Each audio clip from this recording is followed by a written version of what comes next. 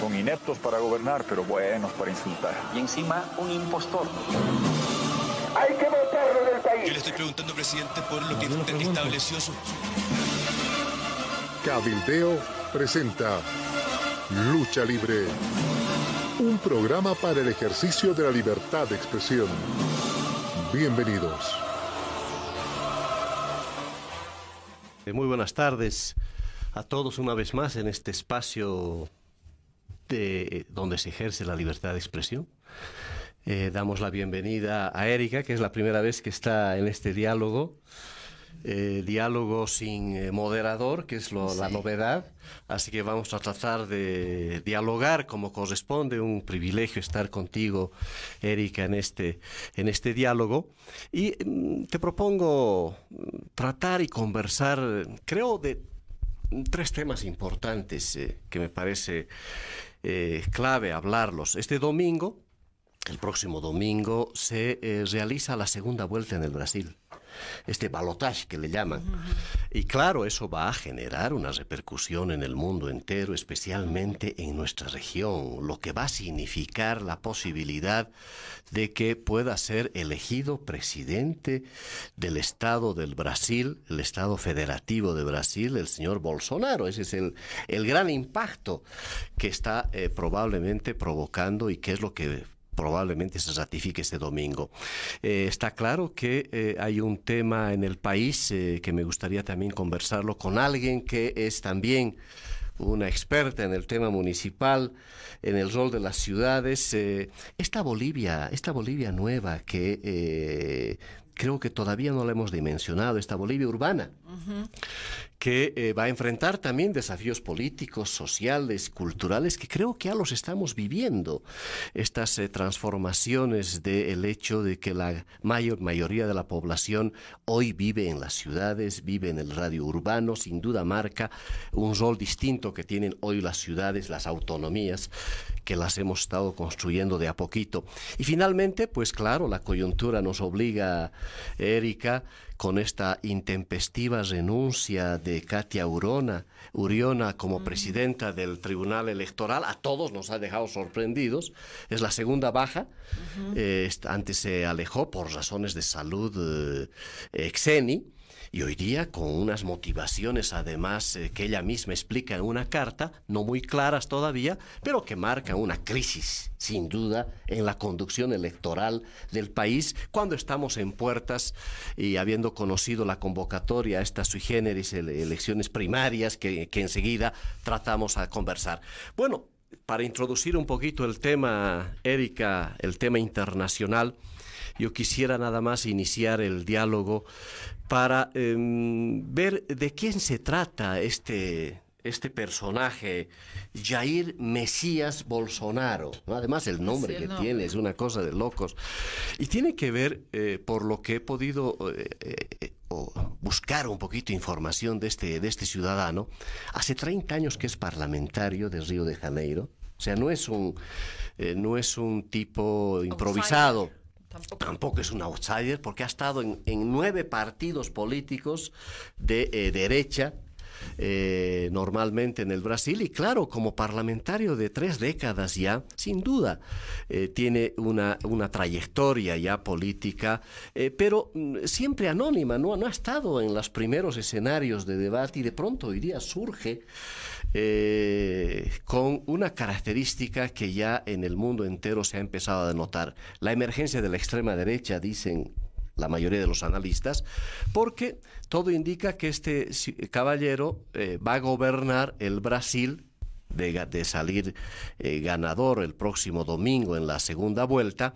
Va a gobernar con una bancada bien especial que le va a marcar la impronta ideológica y política. Se habla de la triple B. Va a gobernar, se dice, con el buey, la Biblia y la bala. Dice que es la triple B que va a dominar el Congreso con el que va a gobernar. ¿Qué es esta triple B? Son el buey, eso significan los terratenientes más radicales en el Brasil, con una posición absolutamente conservadora. La Biblia, y el peso de los evangelistas, de este movimiento evangelista en torno a iglesias como esta, la Iglesia Universal del Reino de Dios, que tienen programas en toda América Latina y aquí en Bolivia también, una incidencia terrible, archiconservadores, y la bala. El hecho de armar a la gente, de pensar a flexibilizar, inclusive habló Bolsonaro de flexibilizar el hecho de que tengan derecho de portar armas en el Brasil. Por tanto, se genera un cuadro que a mí me llamó la atención, esto de la triple B, y me acordaba de la triple A argentina. Sí. En la década del 70, principios de la década del 70, con este personaje nefasto de esa época que se cobijó en el peronismo de derecha, digamos, que instauró la dominación de la AAA, que era la Alianza Argentina Anticomunista.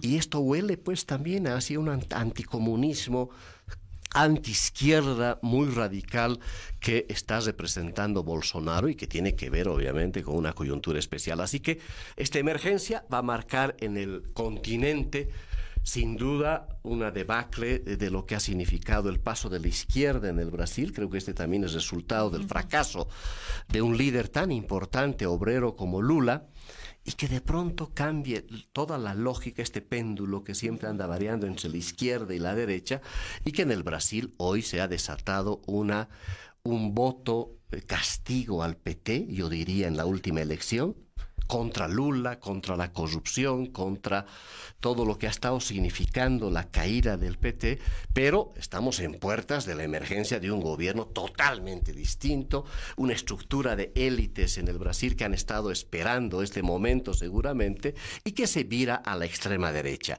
Ese es un poco el panorama para introducir este análisis, querida Erika. Bueno, Fabián, creo que tú has puesto en la mesa los 3 temas que esta semana han de ocupar la atención de toda la opinión pública. Y quiero decirte que me alegro mucho compartir la mesa para hablar del tema metropolitano, del tema regional, del tema urbano, porque es un tema que me apasiona. Y creo que es una asignatura pendiente que no se la está tratando de manera adecuada, que se la ha postergado, que plantea miedos y prejuicios y localismos, provincialismos muy fuertes dentro de la lógica ciudadana y que debemos seguir impulsando porque es para bien. Ya vamos a ver los elementos que hacen a estas virtudes que conlleva un proceso de metropolización ordenado. Hablando de Bolsonaro, obviamente que hay voces que están prácticamente protestando, interpelando este hecho, pero que es un dato de la realidad, y es un dato de la realidad y que hay que tratar de entenderlo. Tú has puesto en la mesa algunos argumentos que son interesantes, como por ejemplo el gran rechazo a la corrupción y a esta introducción de la corrupción en las redes mismas del Estado y de un partido del cual se esperaba tanto y que ha gobernado 12 años y que a fin de lograr su reproducción en el poder ha generado procesos de corrupción que no solamente han involucrado al PT, sino que el PT, para ser posible gobierno, también se alió con fracciones de derecha democrática, porque se ha demostrado que en muchos lugares, para que la izquierda tenga un cierto, o los partidos progresistas tengan cierto arraigo en la sociedad y en los electores, necesitan de algún tipo de aliado de una izquierda, de una derecha democrática o una izquierda más moderada. Claro, recordemos a Temer, ¿no? Que era el vicepresidente de Dilma Rousseff, que es el que finalmente le dio el golpe. Pero esta voz disonante que le llaman el trumpismo, el Trump del Brasil, creo que está expresando mucho más que lo que él representa como persona. Lo primero que hay que señalar es que parece que el paradigma que motivó todos estos movimientos progresistas en el auge, además, y la bonanza de Latinoamérica frente al mundo en términos económicos, así era en su momento la inclusión, la participación, el ensanchamiento del campo político para que haya muchos y más actores. Y en ese campo se reconocen a mujeres, se empieza a reflexionar sobre la realidad de la comunidad LGTB, el problema del racismo como una asignatura pendiente de algunas sociedades latinoamericanas. O sea, el tema de la inclusión, de la integración, del empoderamiento de estos grupos. Pero parece que hay un giro que es muy fuerte, que no es que esté opacando estas reivindicaciones que están en curso, sino que van a contrapelo de algunas libertades, y parece ser que la gente está optando por el paradigma del miedo a la inseguridad. El concepto de seguridad frente a la inseguridad, frente a las mafias, frente a las violencias, frente a la corrupción que conlleva también formas distintas de violencia, está determinando que la gente se refugie y esté dispuesta a abdicar, a renunciar a muchos de sus derechos políticos y derechos ciudadanos a costa de sentirse protegidos. Más allá de las élites, aquí parece ser que no todos se han alineado con Bolsonaro por ser homofóbicos, por ser homofóbicos, por ser machistas y por ser racistas. No, aparentemente en la polarización que se ha generado hay un gran núcleo de sectores que han seguido y han apostado por Bolsonaro, que en su momento apostaron por Lula, ya, con una esperanza, pero que no necesariamente abrazan estas manifestaciones extremas que reflejan un oscurantismo, pero que ya está superado en el mundo. Creo que es importante también darnos cuenta que la fuerza que toma el 20% de bases y de parlamentarios que tiene una clara adhesión a los evangelistas. Y nosotros, las mujeres, que hemos luchado por el reconocimiento de los derechos sexuales y reproductivos, el reconocimiento de una democracia paritaria, o sea, democracia en la casa, democracia en el espacio público, evidentemente la presencia de Bolsonaro es irritante, es irritante, pero como cientista político tenemos que leer muchísimo más allá. Yo quiero terminar este tema porque hay evidentemente con lo que ha ocurrido en el Tribunal Nacional Electoral, el Tribunal Supremo Electoral, creo que el tema del día va a ser ese. Quiero leer una frase de Fernando Henrique Cardoso, que lo considero un estadista que definitivamente proyectó a Brasil donde está. Bolsonaro representa el ansia de orden ante el miedo a lo desconocido. No se trata de la vuelta a un fascismo en el sentido antiguo, tradicional de la palabra. La historia en este caso no se repite. Se trata de otras formas de pensamiento y acciones no democráticas. Y es más, lo diferencia de otras opciones que están muy cautelosas en aplaudirlo tan fácilmente. El propio Piñera, que es de un partido de derecha democrática, a principio aplaudió, pero después como que matizó su propia voz. Macri tampoco debe estar muy contento. Y todo el mundo está como que silenciado frente a este fenómeno porque saben el peso y la gravitación que tiene Brasil, no solamente en las relaciones de la región, en las relaciones que tienen para con Bolivia, en lo que implica nuestra vinculación permanente y nuestra dependencia unilateral respecto a Brasil, al poder del Brasil, sino también en el mundo entero, como un factor de las ¿qué se llama? Los países estos... Los BRICS. Los BRICS que emergieron en su momento y que han demostrado tener cierta vulnerabilidad. Bueno, está claro que el domingo, suceda lo que suceda, todas las encuestas están marcando que se mantiene la diferencia, más de 20 puntos que le sacó a Haddad, el candidato del PT. Y claro, todos dicen también que esto, de alguna manera, también surge por los propios errores de la izquierda, un gobierno que hace 12 años parecería cualquier parecido al país es nada más coincidencia.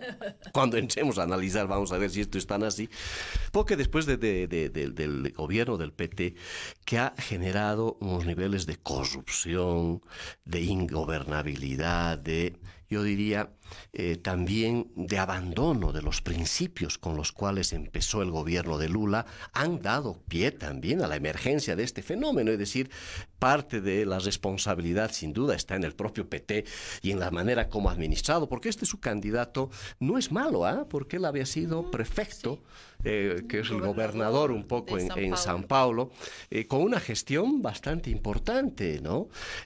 Claro, entonces tienes a un ex prefecto de San São Paulo y tienes a un diputado eterno de Río de Janeiro. Entonces parece que ahí empiezan también a generarse disputas de otro calibre, pero está claro que este fenómeno va a dar mucho de qué hablar y la pregunta que nos toca a nosotros, la enorme frontera que tiene Bolivia con el Brasil, ¿qué pasará si con el gobierno de Lula, el gran error que ha cometido el gobierno del presidente Morales, ni con Lula ni con Dilma hemos logrado restablecer plenamente nuestras relaciones? No han mejorado sustancialmente, pese al amigo que tenía ahí, que más le ha servido quizá para lograr algunos negocios conjuntos, porque se habla un poquito de la presencia de empresas brasileras, que para lo único que se aprovechó esta amistad que se tenía con Lula, pero tampoco se han restablecido plenamente estas relaciones, ni siquiera en el periodo del PT. Parece que a Brasil le interesa poco su vecino pequeño que tiene al otro lado, pero con Bolsonaro las cosas van a ser mucho más complicadas. Si con Lula estaban medio todavía enfriadas las relaciones, con esto me preocupa, por supuesto, todo lo que vaya a significar la renegociación de la venta del gas con el Brasil, las relaciones de toda esta movida con el narcotráfico. Bueno, vamos a tener un vecino que definitivamente no solamente que nos va a ignorar, sino nos puede empezar también a agredir en términos de poner las cosas claras en función del interés brasilero. Así que yo pienso que hacia adelante vamos a tener un vecino muy complicado, enorme, que nos puede generar dificultades en el relacionamiento con nuestro país. Pero bueno, eso lo veremos hacia adelante, una vez que el domingo se devele definitivamente la emergencia de un personaje que para todos ha generado incertidumbre universal, yo diría, tener ahí a este personaje que todo indica que va a nomás restablecer los mecanismos de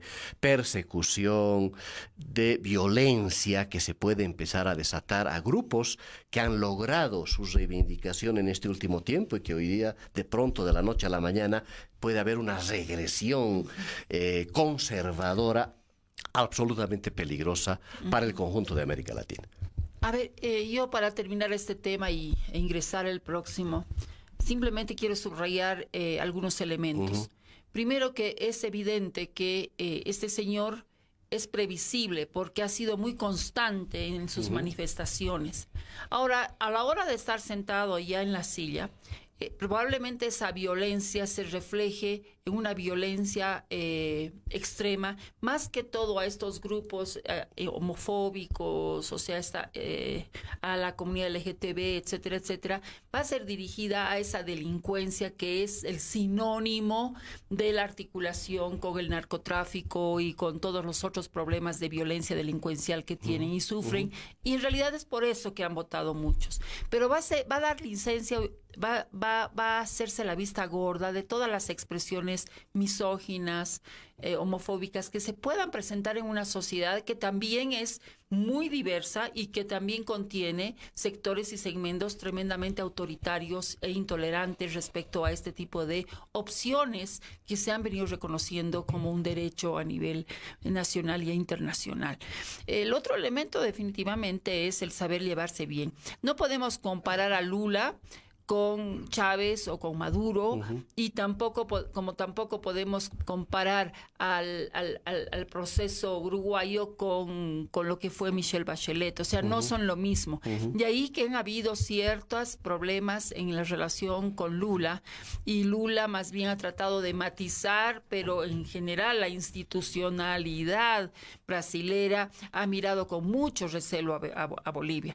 Y hay que pensar que, no obstante, Lula era un presidente fuerte, hay una institucionalidad que ha llevado a Lula a la cárcel en este momento. Me da mucha pena que el PT, un partido tan fuerte, se haya aferrado a una figura, a un hombre que estaba ya de salida, qué pena que salió como salió, y no haya tomado medidas muy rápidas para rectificar y para enmendar algunos errores y dar señales muy contundentes en lugar de aferrarse a ese líder histórico y eterno. O sea, como que ha querido reproducir un caudillismo perverso que se da en las izquierdas latinoamericanas. Y finalmente decir que el tema del gas es un tema que nos debe preocupar muchísimo, porque empezar a negociar el en un nuevo contrato de gas, va a implicar para Bolivia un elemento crucial y para el próximo gobierno, porque Evo Morales se limpia las manos ya y dice voy a patear la pelota para adelante y que se hagan cargo los otros o me haré cargo yo en su momento, pero no está pensando en el futuro, está pensando en el presente, un presente que hoy día está negando toda posibilidad de gestión pública porque se ha electoralizado demasiado pronto y donde varias medidas que había que tomar por responsabilidad nacional ahora no las va a tomar porque en una posición demagógica y clientelar Evo Morales debe ignorar los grandes problemas nacionales del próximo año. Muy bien, estaremos atentos a lo que suceda en el Brasil este próximo domingo. Hay una carga de incertidumbre mundial y por supuesto la región va a tener que reaccionar también a la emergencia de este próximo presidente que todo indica será nomás el señor Jair Mesías Bolsonaro, que por ahora no nos trae buenas noticias. Ojalá esta institucionalidad de la que hablas, Erika, en el Brasil logre de alguna manera matizar esta impronta de la emergencia de sectores archiconservadores en el Brasil. Bueno, pasemos a la coyuntura nacional, si te parece, Erika. Quizá invertir un poquito, dada la emergencia de la coyuntura, para al final más bien tratar lo municipal, administrándonos el tiempo que tenemos. Yo te propondría entrar de lleno más bien a la coyuntura, sí, que obviamente esta renuncia de Katia Uriona nos pone a todos absolutamente susceptibles. Parecería que se veía venir. Yo la primera reacción que tuve es que como que parecería que se corrió Uriona a las decisiones que iba a tomar el órgano electoral el 8 de diciembre. Y bueno, cansada me imagino ya de esta lógica de aprobar cualquier cosa. Estas convocatorias y estas primarias realmente debe ser una vergüenza ajena en términos electorales, porque realmente es la estafa universal ir a unas elecciones primarias con candidatos únicos para violentar nada más el proceso electoral, enfocado, por supuesto, a los intereses de un solo partido político que ha puesto en figurillas a toda la oposición para acelerar los procesos de configurar opciones y alternativas políticas. Y claro, en el ejercicio de adelantar todo, de electoralizar prematuramente todo, con una intención sin duda que está a todas vistas de forzar la habilitación inconstitucional e ilegal de este binomio, que a todas luces va a ser un binomio, si es que se ratifica el 8 de diciembre, todo indica que es así será, vamos a tener un binomio en carrera absolutamente ilegal, ilegítimo, inconstitucional. Pero bueno, esta renuncia marca esta crisis en el Tribunal Supremo Electoral. Estamos en puertas de esta convocatoria que sacó ya el órgano electoral para estas primarias que alguien lo decía, creo que fue Carlos Hugo en sus redes. Ojalá se suspendan esto que realmente es sui generis en el mundo seguramente, porque ¿cómo le vamos a explicar al mundo que Bolivia se ha gastado 27 millones de bolivianos para ir a unas primarias que se supone que es un ejercicio democrático al interior de las organizaciones políticas para que haya pues más de un postulante? Y ahí es cuando se justifican las primarias, pero no, como tenemos el capricho de quienes nos han impuesto estas elecciones primarias a la imagen del movimiento al socialismo, que hace las cosas así. Todo es aparentar una democratización del sistema cuando va a suceder todo lo contrario.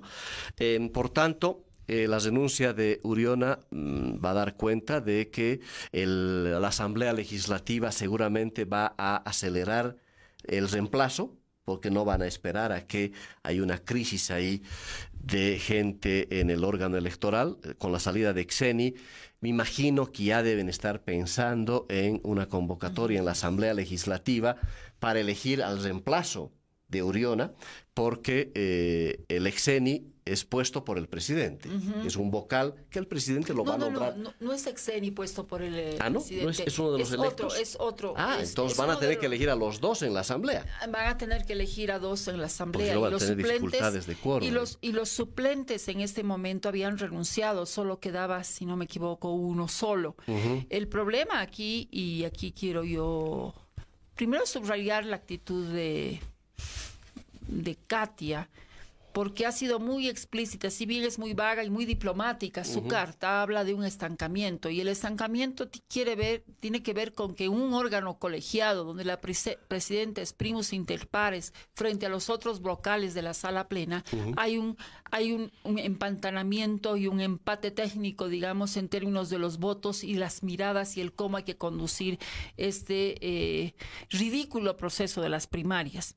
Yo quiero resaltar, me ha tocado trabajar de cerca, apoyando, apuntalando el proyecto de ley de organizaciones políticas, que ha sido perforado y ha sido malogrado totalmente por un simple artículo. Como dicen en la canción, ¿no? El día que murió Rosita estaba de suerte, porque de las 6 balas que le dieron, una nomás era de muerte. Entonces el artículo 29 de las primarias, como fue modificada a voluntad del MAS, a imagen y semejanza de sus necesidades y de su estrategia por desestabilizar y electoralizar el país tan pronto, ¿ya? Ese artículo ha malogrado absolutamente un esfuerzo que se había hecho para tratar de lograr legislar a una institución que es muy elusiva, muy esquiva en Bolivia. Los partidos políticos no han terminado nunca de enraizarse, echar raíces en nuestro sistema político. Siempre hemos hablado del movimentismo social, siempre hemos exaltado que un partido vale en tanto y en cuanto tiene una corporación y organizaciones sociales detrás de él, y nunca a través de una propuesta ciudadana. Los programas en las elecciones, yo he hecho política, me asumo una política, digamos, pasiva ahora, porque no tengo partido, mi partido murió hace mucho tiempo, precisamente por estos problemas, por la incapacidad de plantearse a sí mismo la posibilidad de renovación y de competencia entre liderazgos internos, de lograr un liderazgo colectivo que en uno u otro sentido pueda elegir no siempre al líder histórico. Y este es un problema muy serio, porque llevar a primarias a un país donde primero que no hay partidos tremendamente precarios y un partido hegemónico corporativizado, con burocracias absolutamente dóciles, ¿ya? Y que se han prevendalizado y han desvirtuado su naturaleza social al ingresar al poder. Entonces, hacer primarias cuando todavía todos están gateando en términos de desarrollo institucional es una estupidez. Yo quiero recordar, y aquí yo siempre resalto a mis alumnos en ciencia política, de que una primaria que se llame como tal, digna de ser primaria, yo la vi cuando Michelle Bachelet, con Soledad Alvear, que fue en su momento ministra de Planificación, y después fue canciller en Chile. La concertación, sabemos, es una alianza de varios partidos que muy bien articulado a unos principios que les ha permitido sostenerse tanto tiempo desde la apertura democrática en Chile. Esa primaria que hubo entre Michelle Bachelet y Soledad Alvear debiera ser una herramienta de educación política para todos y cada uno de los bolivianos que queremos entrar en verdaderas primarias. Esas eran primarias, y esas primarias terminaban en una unidad de esa coalición, y no en lo que nosotros normalmente desembocamos, que son en las rupturas y en las escisiones, en que se crean más partidos a la cabeza de la corriente de uno u de otro. Es una cultura política que no la tenemos, que hace tremendo daño a la precariedad y el carácter embrionario de las organizaciones políticas en Bolivia. Yo personalmente pienso que Katia Uriona se ha sentido muy contra la pared, porque ella también habla mucho de principios, de la libertad y de la igualdad de los procesos electorales. Y el concepto de igualdad de procesos electorales tiene que ver con este abuso y uso y abuso de los recursos públicos por parte del partido hegemónico para posesionar su candidatura. Una candidatura en que parece ser que ya las canonjías y las prebendas comienzan a tener su límite, un límite respecto al pasado.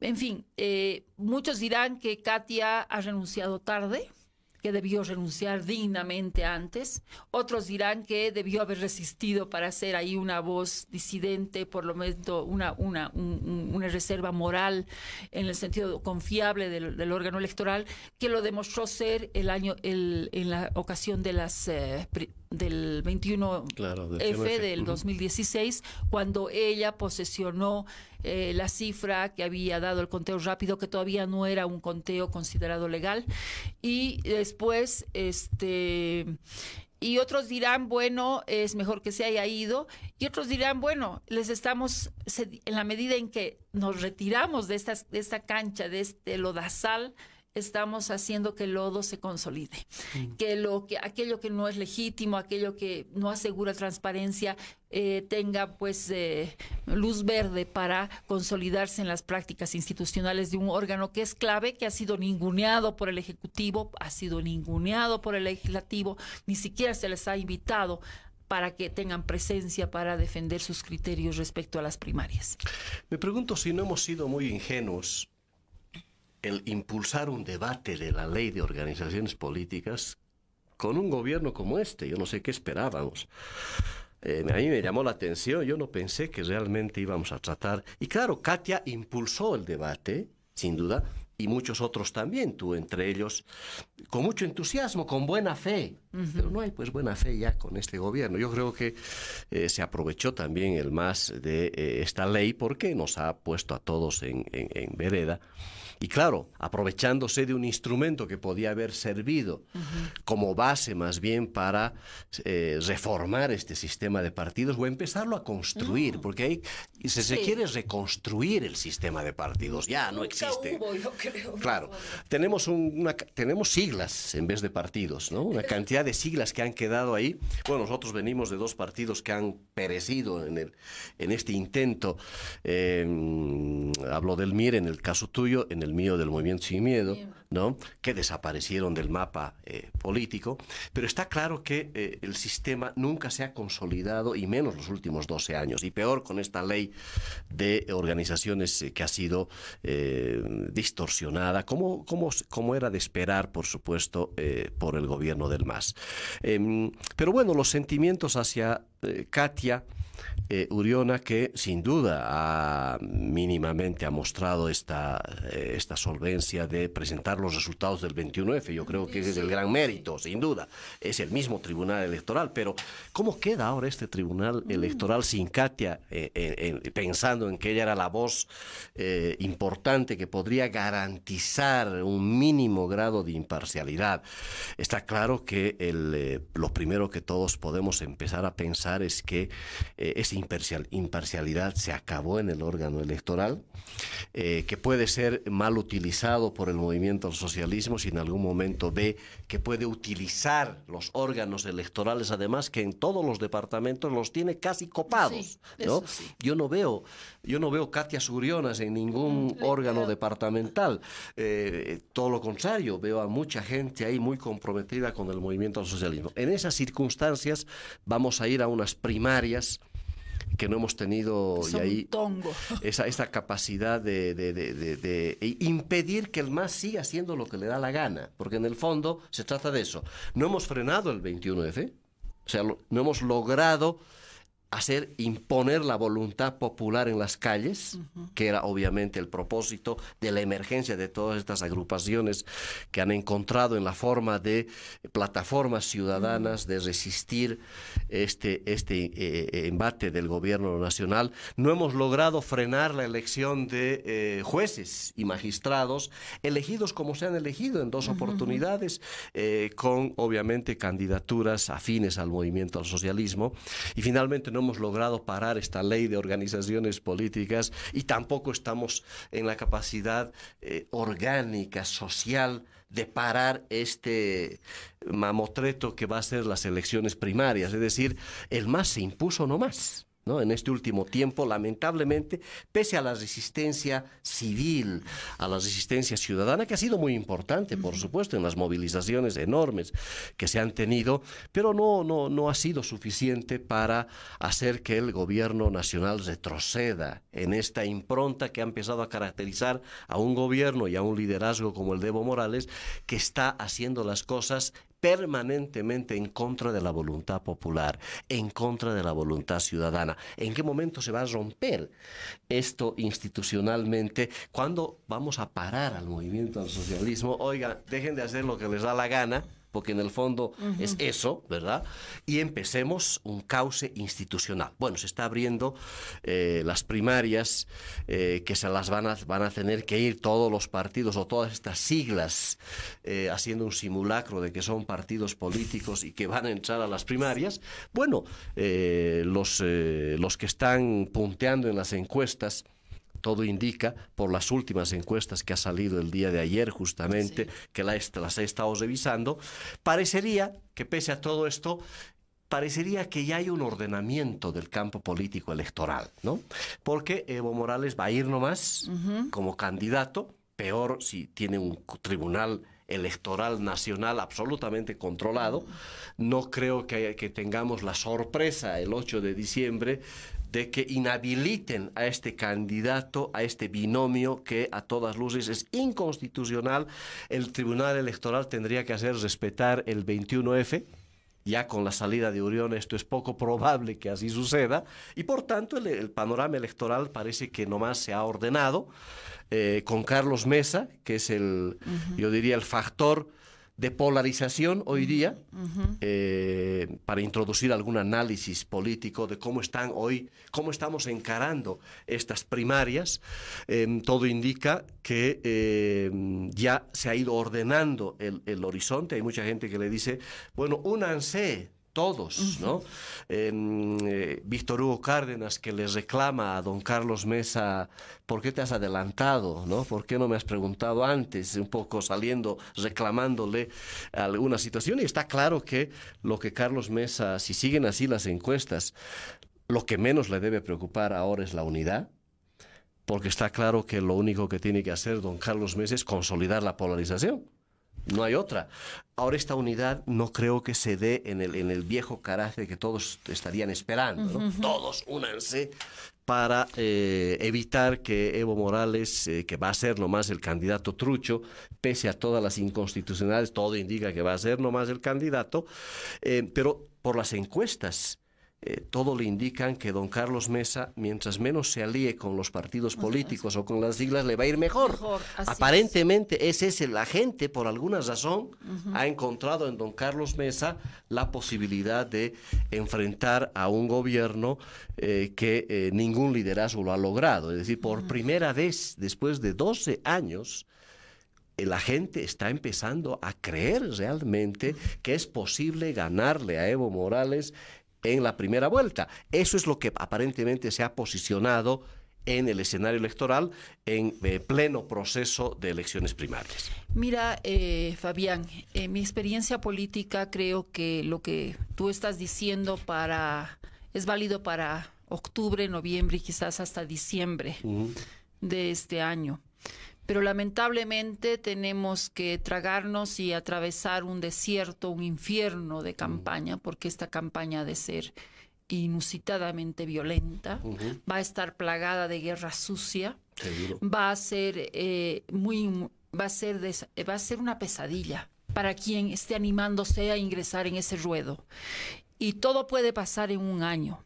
Puede capitalizarse la polarización, pero también puede haber una serie de maniobras y de amañamiento del proceso que, lejos de ayudar a Carlos Mesa, también pueden deformar el campo político de la oposición.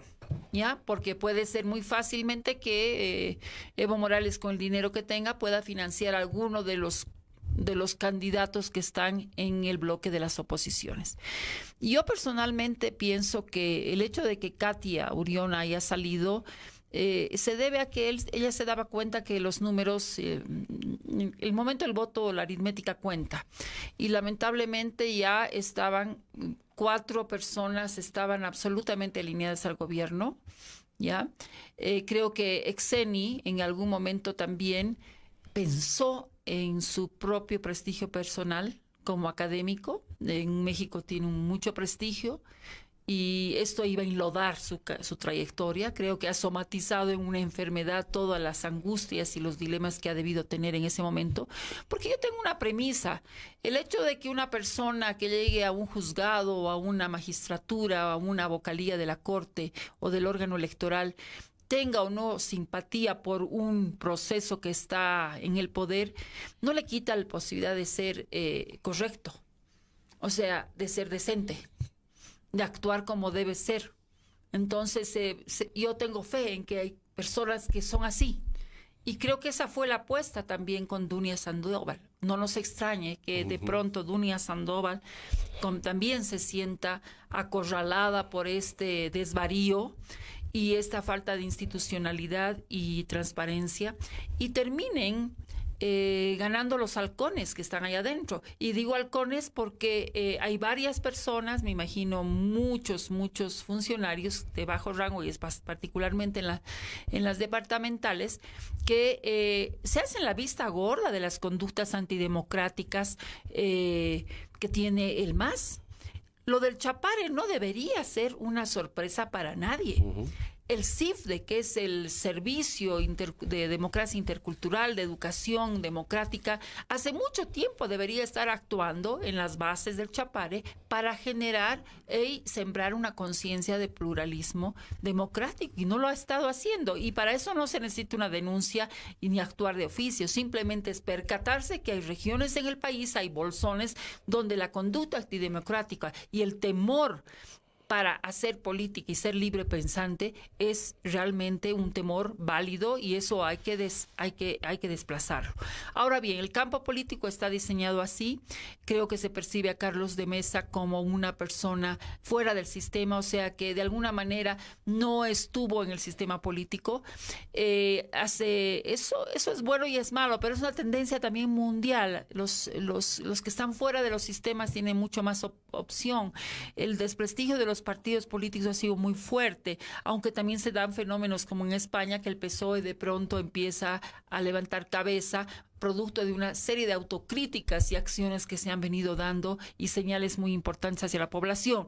Por el otro lado, yo también quiero decir que en Bolivia hace 12 años estamos consumiendo un discurso antipartidista, antiagregación, un discurso que exalta a la multitud, un discurso que exalta las calles por las calles mismas y la espontaneidad de las masas. Y creo que se ha dejado de lado el pensar en el rol que deberían tener teóricamente los partidos o las organizaciones políticas, que es agregar, que es organizar, que es articular intereses, es generar procesos programáticos, generar programa, etcétera, etcétera. Y hablando de programa, yo creo que Evo Morales dice, él es el único garante de la Agenda 2025.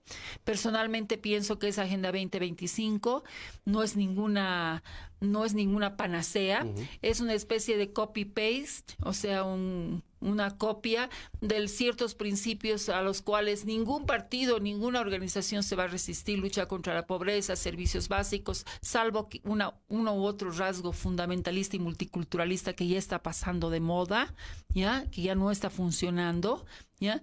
Pero no hay otras personas en las actuales condiciones de bonanza o de más o menos crecimiento lo pueden hacer igual o mejor, con menos impericia, como lo hemos visto ahora, porque después de 12 años se están develando las debilidades de los procesos de inversión, la calidad de la inversión que se había dado, el despilfarro y además la mala calidad de las obras que empiezan a desmoronarse. Y aquí hay un proceso también que tenemos que plantear en el campo político, que es el pacto anticlientelar.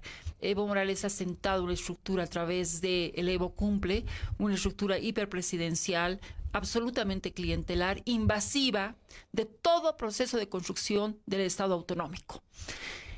que distorsiona y desordena ese proceso, y creo que eso nos daría pie para empezar a mirar el problema metropolitano, que es un problema del desarrollo urbano, de los municipios, etcétera, y las regiones. Es un tema muy importante, pero el hiperpresidencialismo es el primer escollo, el primer obstáculo que enfrentan procesos de agregación territorial importantes. Bueno, para acabar el tema de coyuntura, está claro, por lo menos para mi percepción, esta crisis electoral ojalá sirva para parar y suspender esta ridiculez que son las elecciones primarias. Creo que por lo menos deberían recoger especialmente los del gobierno, porque en vez de los 27 millones que nos vamos a gastar en eso, podríamos comprar ya un acelerador lineal adicional que necesita el país enormemente. Pero bueno, está dado el desafío. Ojalá esto sea, ojalá se suspenda. Ese debería ser el mensaje, porque definitivamente es una burla más a la democracia el ir a unas primarias en estas condiciones de imposiciones y de tergiversaciones de lo que son las elecciones primarias.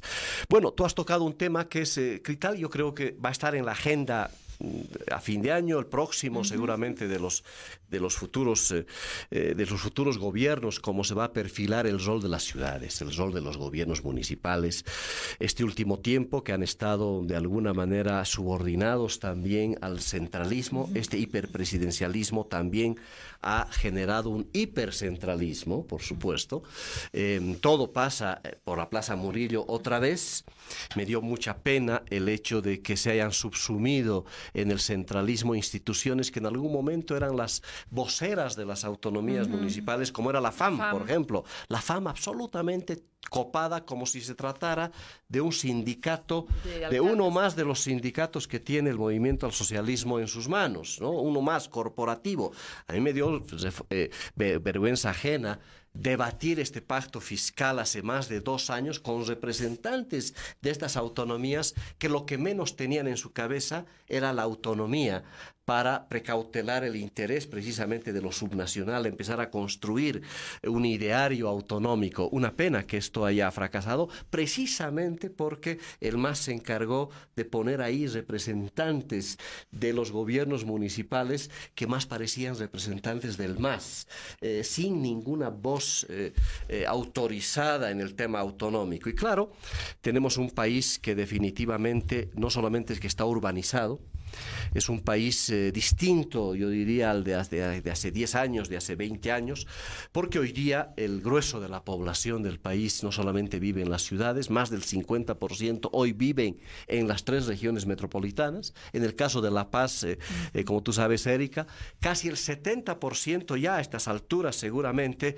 vive en la región metropolitana del departamento de La Paz. Por eso hemos estado saliendo hace un par de semanas de un foro que tuvimos para debatir cómo hacemos para que estas 2 ciudades región tan grandes, el Alto y La Paz, finalmente generemos condiciones en la región de encarar esta emergencia metropolitana, que no es otra cosa de darle solución a más de 2 millones de habitantes en el caso de La Paz, la región metropolitana más poblada. Pero este diseño de este país urbano requiere una mirada distinta también del rol de las autonomías, del rol de los gobiernos municipales y de las gobernaciones, que no han estado mirando lo urbano, que a mí me llamó la atención que muchas de las gobernaciones, si bien su rol es provincial, que está muy bien, porque todavía tenemos demasiadas asimetrías en el tema de provincias, de ciudades intermedias que deberíamos estar apuntalándolas desde las gobernaciones, creo que no han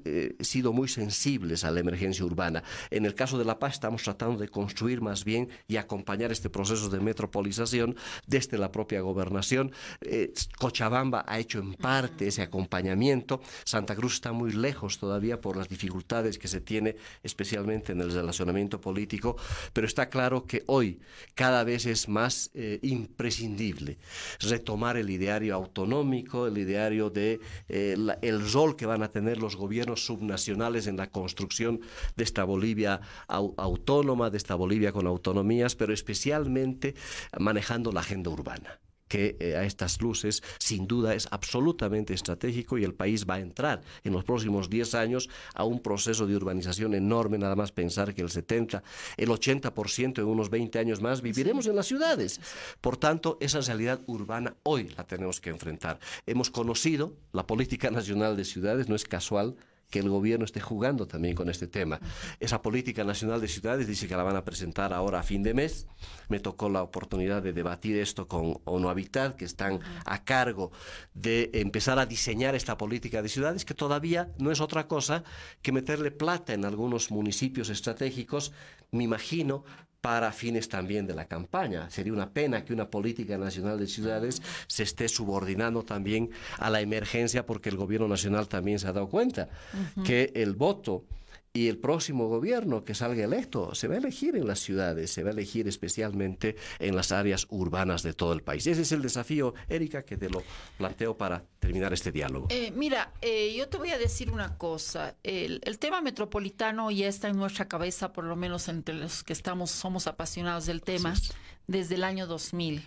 Yo me acuerdo perfectamente que el año 2000, cuando se discutía el diálogo nacional, yo convoqué, siendo presidente de la Comisión de Participación Popular, a 2 eventos sobre metropolización. Se invitaron a países que habían tenido experiencias de agregación y de conurbación significativos. Pero ¿por qué el problema? Había que atenderlo. ¿Por qué es una agenda urgente en las ciudades? Porque en las ciudades la gente genera una nueva calidad de relacionamiento, ejerce la verdadera ciudadanía, entiende lo que es votar, pero también entiende lo que es tributar y recibir a su vez el servicio. Es en las ciudades donde hay una demanda ya no de cobertura, que está ya superada, sino de calidad de los servicios. Es en las ciudades y es en las áreas metropolitanas donde hay que dialogar para resolver problemas comunes. Yo pienso en Cochabamba, por ejemplo, el tema de las cuencas, de todo lo que es el Parque Tunari. No es un tema solo de Sacaba o del Cercado, es un tema de absolutamente los municipios, desde Tiquipaya hasta Sipe. O sea, la conurbación tiene que asumir una política común respecto a estos problemas. El problema del transporte. Recuerdo perfectamente que Quillacollo tenía los buses verdes, y creo que Cochabamba con Manfred Reyes Villa las tenía azules, y resulta que llegaba al límite del municipio colindante, que era muy cercano, y tenía que ser transbordo porque no se permitía. O sea, la regulación del transporte público. El agua potable y la alcantarilla, por favor. El alcantarillado. Creo que el Evo Cumple siempre organiza y inaugura programas de Mi Agua, programas de agua, que es un chorrito en una localidad perdida, rural, no hay ningún problema con ello, pero cuando miramos Cochabamba vemos la gran paradoja. Tenemos hoy día Misicuni, pero no tenemos los ductos y no tenemos las redes reparadas, reforzadas y ampliadas para que esa agua que ahora se la tiene se pueda distribuir de una manera segura y de una manera permanente. Entonces, hay problemas muy serios, y eso significa inversión concurrente. No es una inversión del municipio, porque se ha estrangulado, y es bueno decirlo ahora, se ha estrangulado tanto a los municipios, se ha confiscado tanto recurso a los municipios y a las gobernaciones especialmente, por razones de índole político, porque la autonomía y las transferencias no debieran ser discriminatorias, deberían ser ciegas, o sea, igual para todos. Eso no ocurre ahora. Hemos perdido ese aprendizaje que habíamos ganado con la participación popular. Entonces, lo que yo digo es que los servicios, la calidad de los servicios, la calidad del vivir en la ciudad depende mucho de esa posibilidad de diálogo entre municipios y pasar por alto los problemas de límites. A mí me ha tocado hacer la delimitación del Alto. Fue la tarea más ingrata que tuve como parlamentaria, porque fui enemiga de todos los del municipio del Alto, entre ellos de mi compañero Pepe Lucho Paredes, que quería hacer del Alto hasta el lago Titicaca, hasta Songo, quería expandirse a costa de Pucarán y de Laja que también protestaba, pero finalmente hicimos una ley que no contentó a nadie. Pero creo que ese tema limítrofe fue un gran obstáculo para poder resolver nuestra convivencia horizontal horizontal entre municipios en el caso de La Paz, y en el caso de Cochabamba lo propio sucede. Yo siempre he estado atenta a esos dos procesos y espero que un próximo gobierno rompa el hiperpresidencialismo y asigne también a sus ministerios la calidad de rectoría real de procesos nacionales, porque ahora ni salud ni educación son los rectores reales de la educación. Es el presidente el que define dónde se hace una escuelita, dónde se hace un hospital, No, la rectoría de los ministerios se ha perdido, inclusive en este proceso de recentralización hiperpresidencial. La agenda urbana está planteada en el país hace rato ya, está bien que lo plantees, estamos hablando de 10, 20 años que venimos discutiendo el tema metropolitano, hoy más que nunca. Ojalá, en el caso de La Paz, sin duda los conflictos de límites siempre van a ser una dificultad, pero definitivamente estamos de acuerdo en que ese no puede ser ya un pretexto para avanzar, porque a la gente le está interesando pues que el municipio X termine en la cuadra Y, porque el servicio tiene que ser prestado esté donde esté ese ciudadano. Por tanto, hay una agenda ya planteada. Yo creo que va a depender definitivamente de la próxima generación de alcaldes y de gobernadores.